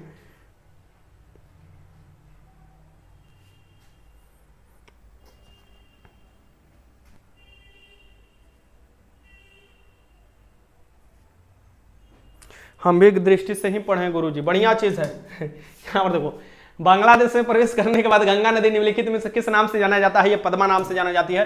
ये क्या हो जाएगा? पद्मा। भारत की सबसे लंबी हो जाएगी नदी आपको गंगा, और गंगा ब्रह्मपुत्र मिलकर आपको सुंदरवन डेल्टा का निर्माण करती है। क्वेश्चन नंबर 69 देखो, तेल नदी निम्नलिखित नदियों में से किसकी सहायक नदी है? तेल जो नदी है निम्नलिखित नदियों में से किसकी सहायक नदी है? आपको बताना है।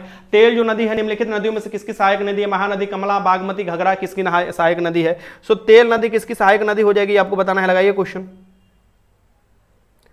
बहुत अच्छा, महानदी हो जाएगी। महानदी की सहायक नदी को ही हम लोग तेल नदी कहते हैं। तेल जो आपको रिवर है मतलब नदी है वो महानदी की सहायक नदी सी हो जाएगा। इसका क्वेश्चन नंबर 70 देखो, कयाल क्या होता है? ये बताना है कयाल होता क्या है। ठीक, कयाल जो होता है ये देखोगे इसमें रेस भी किया जाता है। कयाल देखोगे ये होता क्या है बताइए, कयाल किसे कहा जाता है? क्वेश्चन नंबर 70 लगाइए, कयाल जो होता है ये क्या होता है? लगाइए क्वेश्चन नंबर 70। आप थोड़ा जल्दी जल्दी हाथ चलाइए आप लोग। कयाल जो होता है ये केरल के लैगून झील होते हैं। इसका आंसर क्या हो जाएगा? यहाँ पर आपको डी हो जाएगा। यहाँ पर रेस भी किए जाते हैं, ठीक ना, नौका वाला। इसका आंसर क्या हो जाएगा? डी हो जाएगा। आगे देखो क्वेश्चन, यहाँ पर क्वेश्चन 71 देखो, यदि आप घड़ियाल को उनके प्राकृतिक आवास में देखना चाहते हैं तो निम्नलिखित में से किस स्थान पर जाना आपको सबसे उचित होगा, सही होगा? ये बताना है। इसका आंसर लगाना है आप लोगों को कि यदि आप घड़ियाल को उनके प्राकृतिक आवास में देखना चाहते हैं तो निम्नलिखित में से किस स्थान पर जाना सबसे सही होगा? तो ये जाना सही होगा चंबल में। चंबल में जाना सही होगा। इसका आंसर क्या हो जाएगा? यहाँ पर आपका बी हो जाएगा। यूपीएससी में क्वेश्चन पूछा हुआ था, इसका आंसर बी हो जाएगा। चंबल में वो घड़ियाल के लिए प्रसिद्ध हाईवे किया है। क्वेश्चन आगे देखो 72, निम्नलिखित में से किस राज्य में दक्षिण पश्चिमी मानसून द्वारा वर्षा नहीं होती है?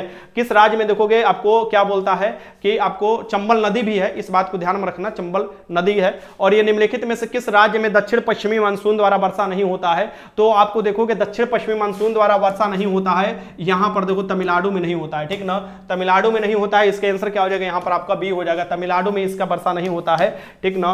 आगे चलते अवरोध के कारण देखोगे। क्वेश्चन नंबर 73 देख लो, दिल्ली की वार्षिक तापांतर अधिक है क्योंकि दिल्ली जो है वार्षिक तापांतर ज्यादा महसूस करता है। वार्षिक तापांतर मतलब कि निम्न ताप और उच्च ताप के अंतर जो होता है, वार्षिक तापांतर मतलब कि वर्ष में जो ताप का अंतर होता है उसे वार्षिक तापांतर कह सकते हो। सर फोटो का बैकग्राउंड व्हाइट मांगा है, अरे व्हाइट रंगीन जो भी डालना है डालो, सही से फोटो बस डालना, ठीक ना, बाकी कुछ नहीं। दिल्ली का वार्षिक तापांतर होता है क्योंकि दिल्ली में क्या होता है, दिल्ली क्या है, समुद्र से ज्यादा दूरी है। समुद्र से दूरी ज्यादा होने के कारण देखोगे तापांतर आपको ज्यादा दिखाई देता है। इसका आंसर क्या हो जाएगा? यहाँ पर डी हो जाएगा। आगे चलते क्वेश्चन 75 देखो, भारत में शीतकालीन पवनों की दिशा क्या होती है? भारत में देखो शीतकालीन पवन जो होती है बहती है, जो उसकी दिशा का आपका नाम बताना है। ये क्या होते हैं? उत्तर पूर्व दक्षिण होती है, उत्तर पूर्व से दक्षिण पश्चिमी होती है, दक्षिण पूर्व से उत्तर पूर्व होती है, दक्षिण पूर्व से लेकर उत्तर पूर्व होती है। ये बताना है, इसका आंसर लगाना है तुम लोग को, ठीक ना। आपको लगाइए क्वेश्चन, आपको 74 नंबर का क्वेश्चन लगाइए, ठीक। क्वेश्चन नंबर 74 लगाओ। हाँ बहुत अच्छा, इसका होता है उत्तर पूर्व से दक्षिण पूर्व। उत्तर पूर्व से दक्षिण पूर्व होता है शीतकालीन वर्षा जो होती है, शीतकालीन वर्षा होती है, इसी कारण होती है। इसका आंसर क्या हो जाएगा? यहाँ पर ये आपको बी हो जाएगा। उत्तर पूर्व से लेकर दक्षिण पश्चिमी होती है। आगे देखते हैं क्वेश्चन, देखो यहाँ पर 75 देख लो, भारत में सूखा जिसका परिणाम है वह है, भारत में सूखा होने के क्या परिणाम है? ठीक, भारत में जो सूखा होने का परिणाम क्या होता है, यानी सूखा जब पड़ता है बोला जाता है सूखा पड़ गया है, अकाल पड़ गया है। तो भारत में सूखा पड़ने का क्या महत्वपूर्ण है? तो यहाँ पर असमान वर्षा, मतलब असमान वर्षा होता है, वर्षा नहीं होता है। ये देखिएगा, इसका आंसर क्या हो जाएगा? यहाँ पर समय के साथ बढ़िया से वर्षा नहीं होता है, पहले ही हो जाता है तब पर भी अकाल पड़ जाता है, यानी कि क्या हो जाएगा? डी हो जाएगा। असमान वर्षा, कहीं पर ज्यादा हो जाता है कहीं पर कम हो जाता है, तो भारत में सूखा का परिणाम वह है कि असमान वर्षा है। इसका आंसर डी हो जाएगा। क्वेश्चन 76 देख लो, वर्तमान में विश्व के सर्वाधिक वर्षा वाला स्थान आपको मोन्सीराम किस राज्य में स्थित है? वर्तमान में सबसे अधिक जो आपको है क्या बोल रहा है, विश्व के सबसे आर्द्र जो क्षेत्र है या विश्व के सबसे ज्यादा आपको स्थान जो बारिश होता है मोन्सीराम जो होता है ये आपको मेघालय में है, कीपनुमा पहाड़ी है, वहीं पर आपको देखोगे मेघालय में गारो खासी जनता जो कीपनुमा पहाड़ी है वहां पर बारिश होता है, और यहां पर देखोगे इसका आंसर क्या हो जाएगा, मेघालय में हो जाएगा, मेघालय में हो जाएगा। आगे चलते हैं क्वेश्चन देखते हैं। क्वेश्चन देखो यहाँ पर 77 देख लो, निम्न में से कौन सा पर्वत क्षेत्र अधिकतम वर्षा प्राप्त करता है? ये बताना है इसमें से कौन सा पर्वत क्षेत्र जो हो जाएगा अधिकतम वर्षा प्राप्त करेगा। क्या लगा रहे हो, कोई दिक्कत है भैया तुम लोगों को, बताओ। चलो ये बताओ, निम्न में से कौन सा पर्वत क्षेत्र अधिकतम वर्षा प्राप्त करता है? ये बताना है निम्न में से कौन सा क्षेत्र होता है, तो खांसी की पहाड़ी होती है, खांसी की पहाड़ी होती है। इसका आंसर क्या हो जाएगा, यहाँ पर बी हो जाएगा, खांसी की पहाड़ी होती है। 77 का आंसर बी हो जाएगा। एक बिहार पुलिस में लड़का का जॉब हुआ, बिहार पुलिस में लड़का का जॉब हुआ, एंटी टेररिस्ट वाला जो दास्ता है जिसे एटीएस बोला जाता है, पेमेंट भी उसका ज्यादा होता है, उसमें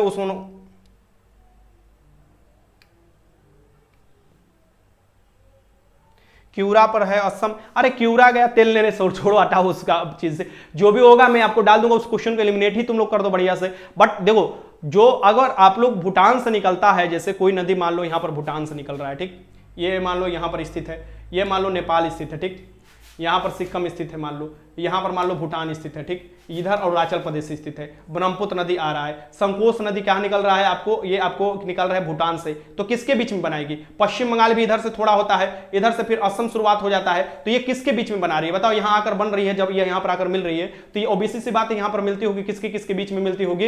ये आपको पश्चिम बंगाल और आपको असम के बीच में बना देती होगी। अगर इस क्षेत्र में आकर मिलती होगी, ऐसे आकर मिलती होगी, तब हो सकता है कि यहां पर थोड़ा सा, ये इधर अरुणाचल प्रदेश पड़ता है ना पूरब में, तब जाकर आपको कुछ हो सकता था। बट हमको भी लग रहा है कि यह असम में होगा और पश्चिम बंगाल में ही होगा टोटल रूप से।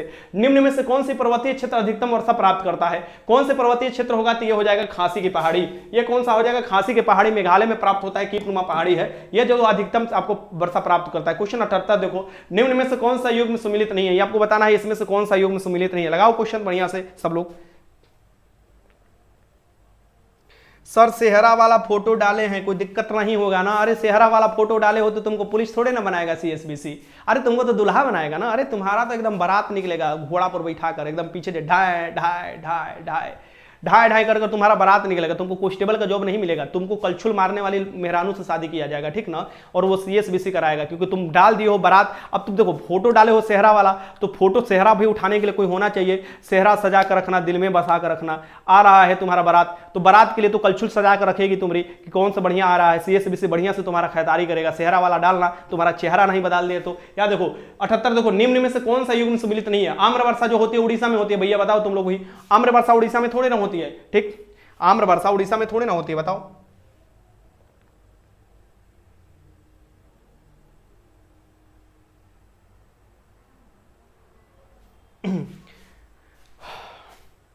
इसका आंसर क्या हो जाएगा यहां पर? ए हो जाएगा।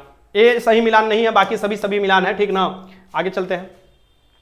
क्वेश्चन नंबर 79 देख लो, भारतीय मानसून का सर्वप्रथम वर्णन निम्नलिखित में से किस अरब विद्वान ने किया था?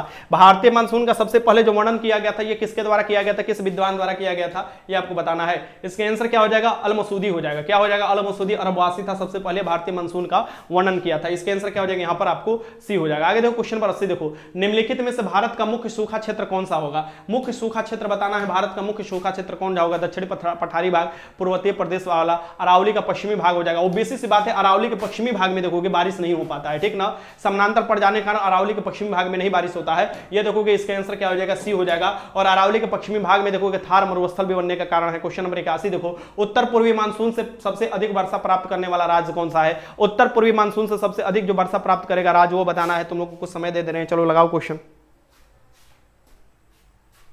सर सफेद बैकग्राउंड होना चाहिए, साफ साफ बोला है, लेकिन उसके लिए कोई दिक्कत नहीं करेगा, तो सफेद बैकग्राउंड नहीं है तो कर सकते हो। गुरुजी हम गर्लफ्रेंड का पिक डाल दिए हैं, एक्सेप्ट हो न जाएगा फॉर्म? अरे एकदम बढ़िया से होगा। अरे तुम गर्लफ्रेंड का पिक डाल दियो, एकदम बढ़िया से एक्सेप्ट किया जाएगा। अरे एक्सेप्ट किया जाएगा कि तुमको पहले चेक किया जाएगा, अरे ये कौन सा फोटो डाला है, इसका तो मूछे दाढ़ी नहीं है, इसका तो पूरा एकदम समझो कि पूरा एकदम कहा जाए बाल उल है पूरा एकदम, तुम्हारी गर्लफ्रेंड मेकअप लगाकर दी होगी फोटो, तुम अपना मेकअप लगाकर गर्लफ्रेंड का फोटो डाल दिए होगे। अब तुम्हारा जो इन्विलेटर होगा वो भी चेक करने आएगा, कहेगा ये इतना जल्दी कैसे बदल गया भैया, इसका बाल इतना छोटा छोटा हो गया, इसका चेहरा इतना कड़वा पड़ गया, इसका मजबूत हाथ हो गया, इतना जल्दी कैसे बदल सकता है। इसका मतलब बदल रहा है कि ये मेल से फीमेल बन गया था, अब फीमेल से फिर से मेल में कन्वर्ट हो गया है। चलो आज के जमाना में ऐसा मशीन आ गया है, कोई दिक्कत नहीं है। उत्तर पूर्वी मानसून से सबसे अधिक जो वर्षा करने वाला राज्य है ये कौन सा राज्य है ये बताना है। तो अभी सी बात है, लौटते हुए मानसून जो होती है, उत्तर पूर्वी मानसून जो होती है, इसमें सबसे अधिक जो वर्षा होती है तमिलनाडु में होती है और काफी ज्यादा बाढ़ भी आ जाता है कोरोमंडल तट पर। क्वेश्चन नंबर 82 देखो, भारत में के ग्रीष्मकालीन मानसून के प्रवाह की समान दिशा कौन सी है। जो भारत में ग्रीष्मकालीन मानसून आ जाता है, आप देखोगे ये जो ग्रीष्मकालीन मानसून ऐसे इंटर करता है भारत में, ऐसे ऐसे इंटर करता है, ये बताना है आप लोगों को कि ये जून से ही इंटर करने लगता है। भारत में ग्रीष्मकालीन मानसून के प्रवाह की दिशा कौन होती है, दक्षिण पश्चिम से होती है। सो दक्षिण पश्चिम से किधर होती है, तो दक्षिण पश्चिम से बताओ किधर होती है, बताओ। दक्षिण पश्चिम से उत्तर पूर्व की होती है, किधर होती है, दक्षिण पश्चिम से उत्तर पूर्व की होती है। इसका आंसर क्या हो जाएगा, यहाँ पर डी लगा लेना। सबसे अधिक बारिश इसी के कारण होता है। क्वेश्चन नंबर आगे देखो 83 देख लो, लेटराइट मिट्टी का प्रयोग होता है। लेटराइट मिट्टी का प्रयोग किसके लिए किया जाता है बताना है। लेटराइट मिट्टी का जो प्रयोग किया जाता है, लेटराइट मिट्टी देखोगे कि तुरंत चिपचिपा भी हो जाता है और आपको लोहा जैसा काला भी हो जाता है, सूखने पर देखोगे ईटा जैसा काला हो जाता है। तो ईटा जैसा काला हो जाता है तो इसका इस्तेमाल किसमें किया जाता होगा, ईंट बनाने के लिए किया जाता होगा। और लेटराइट मिट्टी में कॉफी का आप देखोगे उगता है, चाय भी उगता है। यहाँ पर क्या हो जाएगा, यहाँ पर भवन निर्माण के लिए किया जाता है। लेटराइट मिट्टी का उपयोग जो किया जाता है भवन निर्माण के लिए किया जाता है, ईटा बनाने के लिए किया जाता है। क्या किया जाता है, ईटा बनाने के लिए किया जाता है, ठीक नहीं। इसका आंसर क्या हो जाएगा, यहाँ पर आपको सी हो जाएगा। आगे चलते हैं, क्वेश्चन यहाँ पर 84 देख लो, टोरा रेजा मृदा निम्न में से निम्नलिखित में से किस फसल से संबंधित है। टेरो रोजा जो होता है निम्नलिखित में से किस कौन सी फसल से संबंधित है। टेरो रोजा बताओ किस फसल से संबंधित है। टेरो रोजा जो फसल से संबंधित है आपको बताना है। इसमें तो दो आंसर हो जाना चाहिए ना। टेरो रोजा जो संबंधित है आपको देखोगे लेटराइट मिट्टी को ही टेरो रोजा कहा जाता है। और लेटराइट मिट्टी में क्या आपको उगता है बताओ, लेटराइट मिट्टी में क्या उगता है बताना है आपको, आंसर बताओ। यहां पर असल में आंसर दोनों हो जाना चाहिए था, कॉफी और चाय दोनों होगा, लेकिन इसका पीसीएस आंसर माना है आपको कॉफी। तो यहां पर तुम लोग को भी आंसर लगाना है। अगर ये डायरेक्ट दे देता है टेरो रोजा मृदा निम्नलिखित में से किस फसल के लिए होती है। सो टेरो रोजा जो मृदा होती है ये आपको किसके लिए होती है, कॉफी के लिए होती है। इसे आराम से लगाना है। क्वेश्चन नंबर 85 देखो, भारत में चंदन की लकड़ी के वन सर्वाधिक कहां पाए जाते हैं। भारत में चंदन के लकड़ी के सर्वाधिक वन देखोगे, ये सचिवालय सहायक में भी क्वेश्चन पूछा हुआ था। तो भारत में चंदन के लकड़ी के सर्वाधिक वन पाए जाते हैं जहां पर पश्चिमी और पूर्वी घाट आकर मिलते हैं। यानी कौन सी पहाड़ी हो जाएगा, नीलगिरी पहाड़ी हो जाएगा। इसका आंसर क्या हो जाएगा, यहाँ पर सी हो जाएगा, नीलगिरी पहाड़ी हो जाएगा। इसका आंसर क्या हो जाएगा, यहाँ पर सी हो जाएगा। आगे देखते हैं क्वेश्चन नंबर यहाँ पर 86 देखो, लेटराइट मिट्टी का निर्माण हेतु उत्तरदायी है। लेटराइट मिट्टी किसके निर्माण हेतु उत्तरदायी है ये बताना है। लेटराइट मिट्टी किसके उत्तरदायी है बताइए। सर मेरा जब तक मुख दर्द ना करता है तब तक खाना नहीं छोड़ता हूँ, खाते रहता हूँ और एक साथ आंसर भी लगा रहा हूँ। सर कहीं मैं पेटू तो नहीं हो गया हूँ। क्या बात है चड़क, आखिर तुमको अपने आप पर बिलीव हो ही गया। आखिर तुम लोगों को अपना चेहरा खुद ही अनुभव होने लगा कि तुम किस कैटेगरी का इंसान हो, ठीक ना। तुमको देखो जो अपने से अंदर से जो जिज्ञासा होता है ना, लोग जान जाते हैं। तुम सोच रहे हो कि हम भर भर थरिया खा भी रहे हैं, पढ़ भी रहे हैं, तो हम किस प्रकार के इंसान हैं।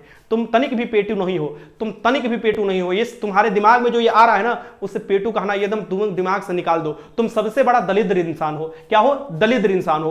पेटू का तो बड़ा छोड़ दो, पेटू तो बहुत छोटा हो गया, ठीक ना। खाते रहे हो, भर भर खरिया खा भी रहे हो, बोल रहे हो कि अंदाजा भी नहीं मिल रहा है, घर के सारा खाना खा जाओगे, तो तुम पेटू की जगह पर दलिद्र अपने आप को बोलोगे तो मुझे संतुष्टि मिलेगा, ठीक। आगे देखो, लेटराइट मिट्टी निर्माण हेतु उत्तरदायी कौन सा होता है। तो लेटराइट मिट्टी का निर्माण ही होता है क्या, अपक्षालन और कोशिकीय क्रिया द्वारा। इसके आंसर क्या हो जाएगा यहाँ पर, टूटने फूटने कारण। इसके आंसर क्या हो जाएगा यहाँ पर, डी हो जाएगा, डी हो जाएगा इसके आंसर। आगे चलते हैं क्वेश्चन नंबर, यहाँ देखो क्वेश्चन नंबर 87 देखो, भारत में किस मिट्टी का विस्तार सर्वाधिक क्षेत्रफल पर है। भारत में बताओ किस मिट्टी का विस्तार जो होता है सर्वाधिक क्षेत्रफल पर हुआ है, ये बताना है आप लोगों को, आंसर लगाना है। तो भारत में सर्वाधिक क्षेत्रफल पर मिट्टी कौन है, काली मिट्टी है, जलोढ़ मिट्टी है, लेटराइट मिट्टी है। तो ये जलोढ़ मिट्टी है। जलोढ़ मिट्टी जो है ये भारत पर सबसे अधिक पाई जाने वाली मिट्टी है। आपको देखोगे मैदानी क्षेत्र की मिट्टी है, ये आपको नदी द्वारा निक्षेपों द्वारा बनाया हुआ मिट्टी हो, ऐसा भी हो जाएगा। काली कपासी मिट्टी जो बोला जाता है, काली मिट्टी कपास के लिए उत्तरदायी होता है। ये देखो स्वतः जोताई वाली मिट्टी भी बोला जाता है आपको काली मिट्टी को। क्वेश्चन 88 देखो, पीट मुख्यतः पाई जाती है। पीट जो मिट्टी पाई जाती है मुख्यतः कहां पाई जाती है बताना है। पीट मिट्टी जो मुख्यतः पाई जाती है कहां पर पाई जाती है, तो पीट मुख्यतः पाई जाती है मिट्टी आपको कहां पर पाई जाती है बताओ। इसका आंसर लगाओ, क्वेश्चन नंबर 88 का आंसर लगाओ। बहुत अच्छा। पीट मृदा जो पाई जाती है मुख्य रूप से केरल में पाई जाती है। कहां पर पाई जाती है? केरल में पाई जाती है। ठीक, आगे चलते हैं, क्वेश्चन देखते हैं। आगे देखो क्वेश्चन नंबर 89 देख लो। भारत के सर्वाधिक महत्वपूर्ण व्यावसायिक वन कौन सी है? भारत पर सर्वाधिक महत्वपूर्ण व्यावसायिक वन कौन सी है? व्यवसाय की दृष्टि से सबसे महत्वपूर्ण आपको देखोगे वन कौन सी होती है? उष्णकटिबंधीय सदाबहार वन है, उष्णकटिबंधीय पतझड़ वन है। तो भारत में ओबीसी से ज्यादा व्यवसाय से कौन सा वन होगा? तो जो ज्यादा वन होगा यानी उष्णकटिबंधीय पतझड़ जो वन है भारत में वैसे भी ज्यादा पाए जाने वाला वन जो कौन है? उष्णकटिबंधीय है और साथ में पतझड़ भाइयों ने पत्ता भी झाड़ देता है। 89 के आंसर बी हो जाएगा। यहां पर क्वेश्चन नंबर 90 देख लो। भोजपत्र वृक्ष से मिलता है। जो भोजपत्र प्राप्त किया जाता है यह किस वृक्ष से प्राप्त किया जाता है? जो भोजपत्र प्राप्त किया जाए अरावली पर्वतमाला से, हिमालय से, नीलगिरी आपको विंध्याचल पर्वतमाला से। ये कहां से? तो हिमालय क्षेत्र से प्राप्त किया जाता है भोजपत्र। ये पता होना चाहिए तुम लोगों को, कहां से? हिमालय क्षेत्र से प्राप्त किया जाता है। इसका आंसर क्या हो जाएगा? यहां पर बी हो जाएगा। आगे चलते हैं, क्वेश्चन देखते हैं जल्दी जल्दी। आपको ये रिवीजन वाला है, आप लोगों का सभी बात आप लोगों को पता होना चाहिए। क्वेश्चन नंबर 91 देखो। निम्न में से कौन सा वृक्ष समुद्र तल से सर्वाधिक ऊंचाई पर पाया जाता है? ऐसा ही क्वेश्चन होगा। हाँ देखो, ये कौन सा वृक्ष है जो कि आपको समुद्र तल से सर्वाधिक ऊंचाई पर पाया जाएगा? यानी कि हिमालय वाला क्षेत्र में आपको देखने को मिलेगा वृक्ष और समुद्र तल से अधिक ऊंचाई पर मिलेगा। इसका क्या नाम है बताओ? इसका क्या नाम है बताना है आप लोगों को। क्वेश्चन नंबर 91 के आंसर लगाना है। बहुत अच्छा। ये देखो, ये सब तो नहीं आपको हुआ है लेकिन 5-6 क्वेश्चन आप लोग देख लो। इसका आंसर क्या हो जाएगा? देवदार के वृक्ष हो जाएगा। आगे चलते हैं, क्वेश्चन देखते हैं। क्वेश्चन नंबर 92 देख लो। भारत निम्न राज्यों में से किसमें सौगान का वृक्ष पाया जाता है? सौगान जो वृक्ष होता है, जो आपको देखोगे बंदूक का हुत्था बनाया जाता है, मजबूत लकड़ी होता है सागवान का, जिसे सौगान हम लोग बोलते हैं, सागवान भी बोलते हैं आम भाषा में। ये जो होता है ये सबसे अधिक कहां पाया जाएगा? मध्य प्रदेश में पाया जाएगा। और वन दृष्टि से देखो तो मध्य प्रदेश में सबसे अधिक वन पाया जाता है, यानी यहां पर एक आंसर हो जाएगा। आगे देखो, क्वेश्चन नंबर 93 देख लो। कत्था बनाने हेतु किस पेड़ की लकड़ी का प्रयोग किया जाता है? जो पान वाला कत्था होता है ना, उसको बनाने हेतु किस लकड़ी का प्रयोग किया जाता है? तो पान के कत्था बनाने के लिए खैर की लकड़ी का प्रयोग किया जाता है। खैर की लकड़ी, खैर लकड़ी का प्रयोग किया जाता है। ये देखो, कत्था बनाने के लिए। इसका आंसर क्या हो जाएगा? यहां पर भी हो जाएगा। क्वेश्चन 94 देखो। पश्चिमी राजस्थान की मिट्टी किसकी मात्रा अधिक है? पश्चिमी राजस्थान की मिट्टी में किसकी मात्रा अधिक है? ये आपको बताना है। पश्चिमी राजस्थान की मिट्टी में किसकी मात्रा अधिक है?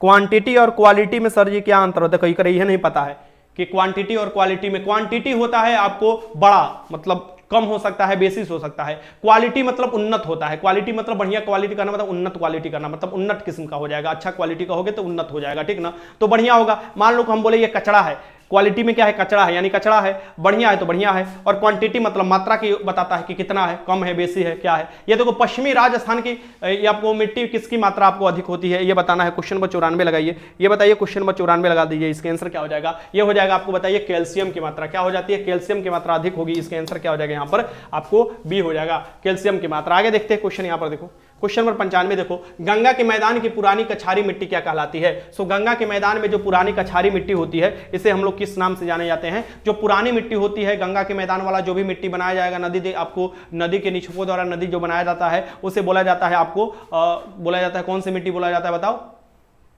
जलोढ़ मिट्टी बोला जाता है। और जलोढ़ में नया जो होता है उसे खादर, और पुराना वाला जो हो जाता है बांगर बोला जाता है। यानी कि गंगा की पुरानी कछारी मिट्टी जो होता है यह जलोढ़ मिट्टी को ही कछारी मिट्टी कहा जाता है। इसका आंसर क्या हो जाएगा? यहाँ पर आपको बांगर हो जाएगा, बी बांगर हो जाएगा। क्वेश्चन 96 देखो। भारत में सर्वाधिक क्षारीय क्षेत्र पर पाए जाने वाली मिट्टी कौन सी है? भारत में सर्वाधिक क्षारीय क्षेत्र पर पाए जाने वाली मिट्टी कौन सी है? क्षारीय मिट्टी कहाँ मिलेगा? तो सबसे अधिक जो क्षारीय मिट्टी मिलता है इसे मिलता है आपका उत्तर प्रदेश में। कहाँ मिलता है क्षारीय मिट्टी? सबसे अधिक जो मिलता है आपको उत्तर प्रदेश। क्षारीय मतलब कि पीएच वैल्यू पर 7 से अधिक उसका मान होगा। क्वेश्चन नंबर 97 देखो। भारत में सबसे बड़ा मिट्टी का वर्ग कौन सा है? भारत में सबसे बड़ा मिट्टी वर्ग कौन सा है? अभी मैंने बताया था आप लोगों को कुछ देर पहले कि भारत में सबसे अधिक जो पाई जाने वाली मिट्टी है जलोढ़ है। और जलोढ़ मिट्टी को ही हम लोग क्या बोलते हैं? कछारी मिट्टी भी बोलते हैं। यानी कि इसके आंसर क्या हो जाएगा? यहाँ पर डी हो जाएगा, कछारी मिट्टी हो जाएगा। आगे देखते हैं क्वेश्चन नंबर 98 देख लो। पौधे के सबसे अधिक पानी किस मिट्टी में?